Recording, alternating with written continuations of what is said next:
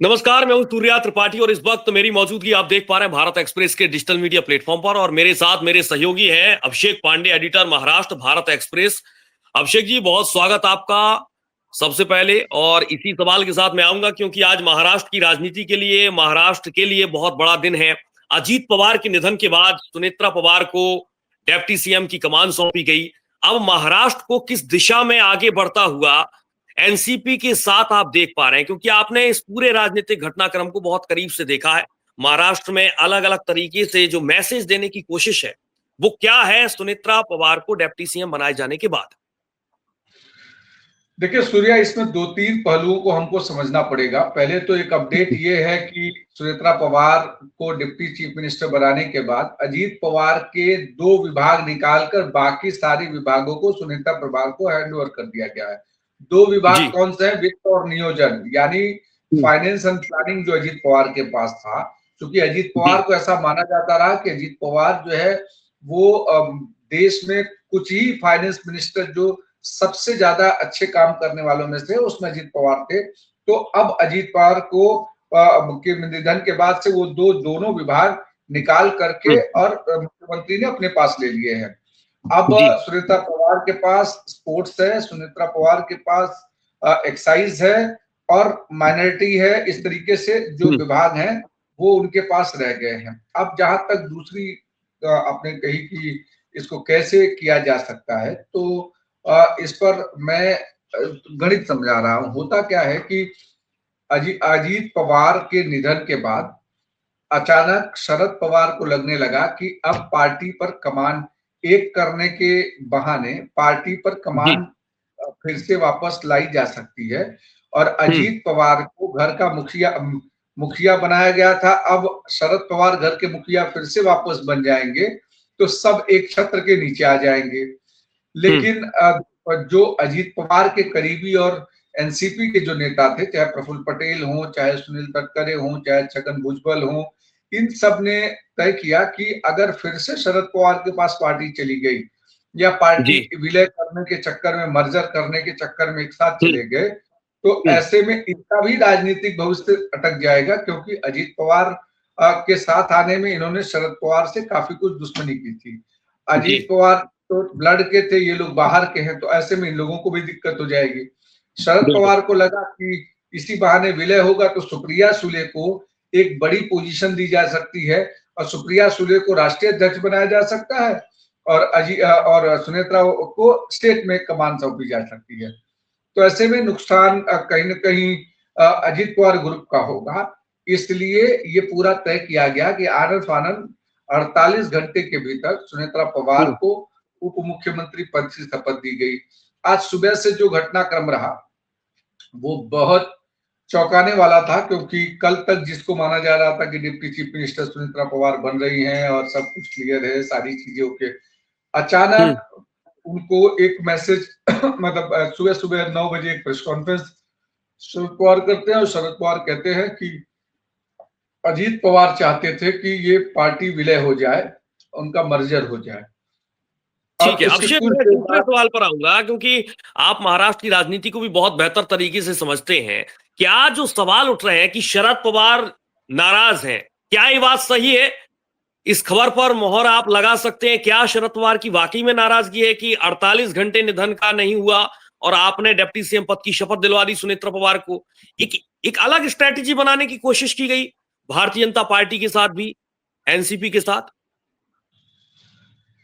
देखिए, नाराजगी तो बिल्कुल शरद पवार की है, इस बात को मैं मानता हूं। क्योंकि उसकी वजह ये रही है कि शरद पवार को लगता था कि पार्टी जो है विलय होगी तो ऐसे में शरद पवार फिर से वही पार्टी में अध्यक्ष की पोजीशन पर रहेंगे या नहीं रहेंगे, तो कम से कम सुनेत्रा पवार के साथ साथ सुप्रिया सुले भी उसी ऊपरी पोजीशन पे रहेंगे। लेकिन अब पार्टी अब विलय नहीं हो रहा है तो निश्चित शरद पवार को दिक्कत है कि शरद पवार उसको आगे किस तरीके से फिर से कैरी ऑन करेंगे। क्योंकि जिस तरीके की फोटो सामने आई, उस फोटो में कहा गया कि एक फोटो दिखाई गई जिसमें कहा गया कि शरद पवार, अजीत पवार और उसके बाद 3-4 और प्रमुख नेता हैं, चाहे शशिकांत शिंदे हों, चाहे राजेश टोपे हों, चाहे रोहित पवार हों, चाहे जी। जयंत पाटिल हो, इस तरीके से तमाम सारे लोग बैठे थे।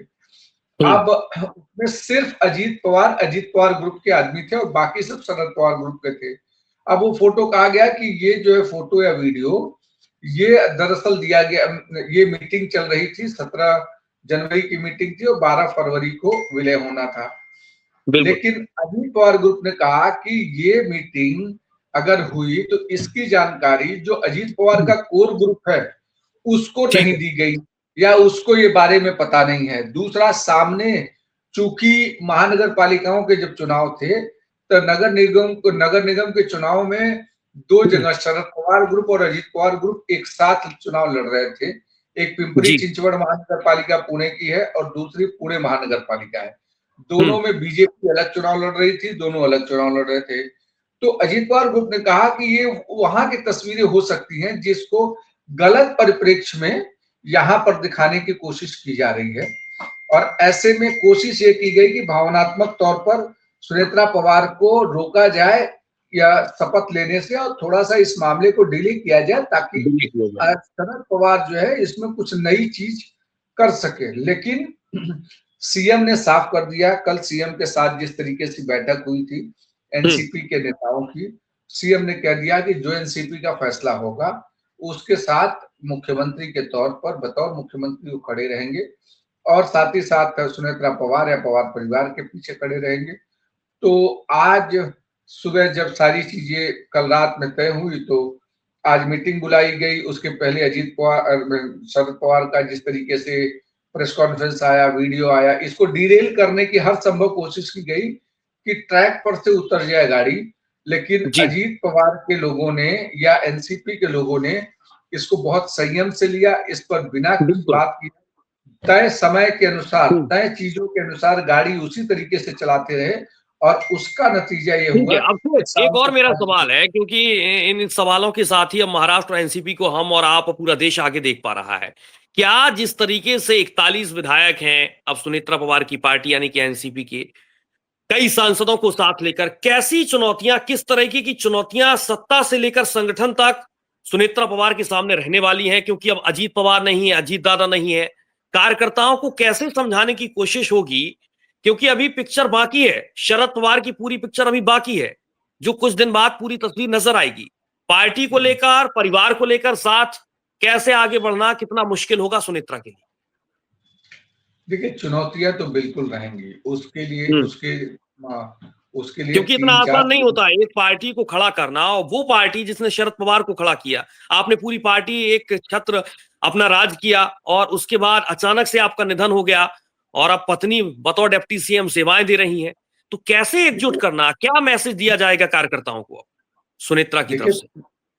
सुनेत्रा के लिए 3 बड़ी चुनौतियां होंगी। पहले कि सरकार में उसी धमक के साथ काम करना जो जैसे अजीत पवार करते थे, क्योंकि सबकी निगाहें, चाहे मंत्री हों, चाहे संतरी हों, चाहे विधायक हों, सबकी उम्मीदें सुनेत्रा पवार से रहेंगी क्योंकि सुनेत्रा पवार बतौर उनकी पार्टी की रिप्रेजेंटेटिव वो सरकार में शामिल हुई है। तो वहां पर उसी धमक के साथ बनाए रखना पहली चुनौती उनके लिए होगी।